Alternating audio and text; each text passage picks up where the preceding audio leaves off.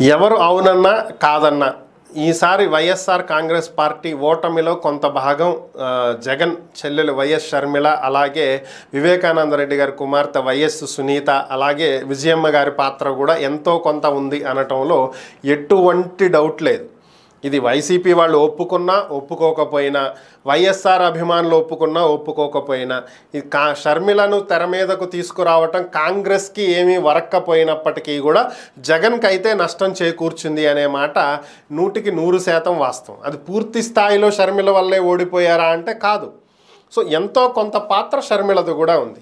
దీనికి సంబంధించే ఇప్పుడు వైఎస్ఆర్ కాంగ్రెస్ పార్టీలో చాలామంది సీనియర్ నేతలు చర్చించుకుంటున్నట్లుగా తెలుస్తుంది. సీనియర్లుగా ముద్రపడినటువంటి పెద్దిరెడ్డి రామచంద్రారెడ్డి, బొత్స సత్యనారాయణ, చెవిరెడ్డి భాస్కర్ రెడ్డి, ఇలా తలపండిపోయినటువంటి పెద్ద పెద్ద నేతలందరూ కూడా దీని గురించే మాట్లాడుకుంటున్నారంట. దీనికి సంబంధించి ఆల్రెడీ ధర్మవరం మాజీ ఎమ్మెల్యే కేతిరెడ్డి వెంకట్రామరెడ్డి గారు కూడా బహిరంగంగానే చెప్పడం జరిగింది, షర్మిల కొంత నష్టం చేకూర్చిందని. సో ఇందులో వాస్తవాలే. సో ఆయన చెప్పింది కూడా అక్షర సత్యం.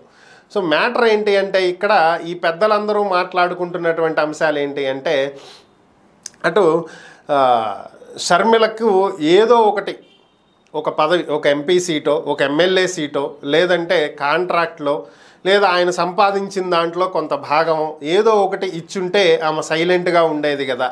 అది చెయ్యకుండా ఇలా చేసి ఆమెను శత్రువుగా ఎందుకు మార్చుకోవాలి? జగన్ జైల్లో ఉన్నప్పుడు పార్టీని నడిపించింది ఆమె కదా.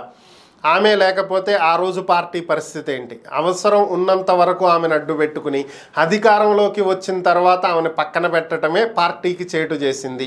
సో చెల్లెళ్ళిద్దరూ చేసినటువంటి ప్రచారం, హంతకుడు అని అనలేము, వివేకానంద రెడ్డి హత్య కేసుతో సంబంధం ఉన్నటువంటి అవినాష్ రెడ్డికి టికెట్ ఇచ్చారు కాబట్టి నేను ఆయనకి ఎదురుగా పోటీ చేస్తున్నాను అని చెప్పి షర్మిల మాట్లాడటం. సో అలాగే తన కూతురికి సపోర్ట్ చేయండి అని చెప్పి విజయమ్మ వీడియో రిలీజ్ చేయటం.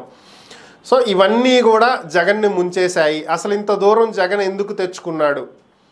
సో అప్పుడే చెల్లి ఎంతో కష్టపడి పార్టీని నిలబెట్టింది కాబట్టి ఆమెకు సముచిత స్థానం ఇస్తే జగన్కి పోయేదేముంది?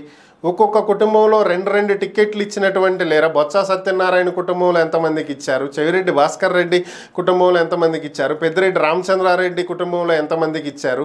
ఇలా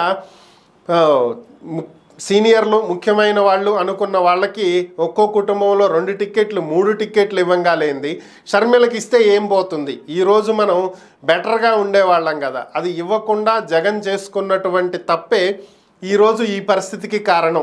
దీన్ని ఇప్పటికైనా సరిదిద్దుకుంటాడా? ఇంట గెలిచి రచ్చ గెలవమన్నారు. ముందు ఇంట్లో సమస్యను పరిష్కరించుకుంటే బయట వైసీపీ అధికారంలోకి రావటం ఈజీ అవుతుంది. కాబట్టి ముందు దీన్ని పరిష్కరించుకోవాలి అని చెప్పి చాలామంది సూచిస్తున్నారంట. మరి వీళ్ళ మాటలు జగన్ ఎంతవరకు వింటాడో లేదో చూడాలి.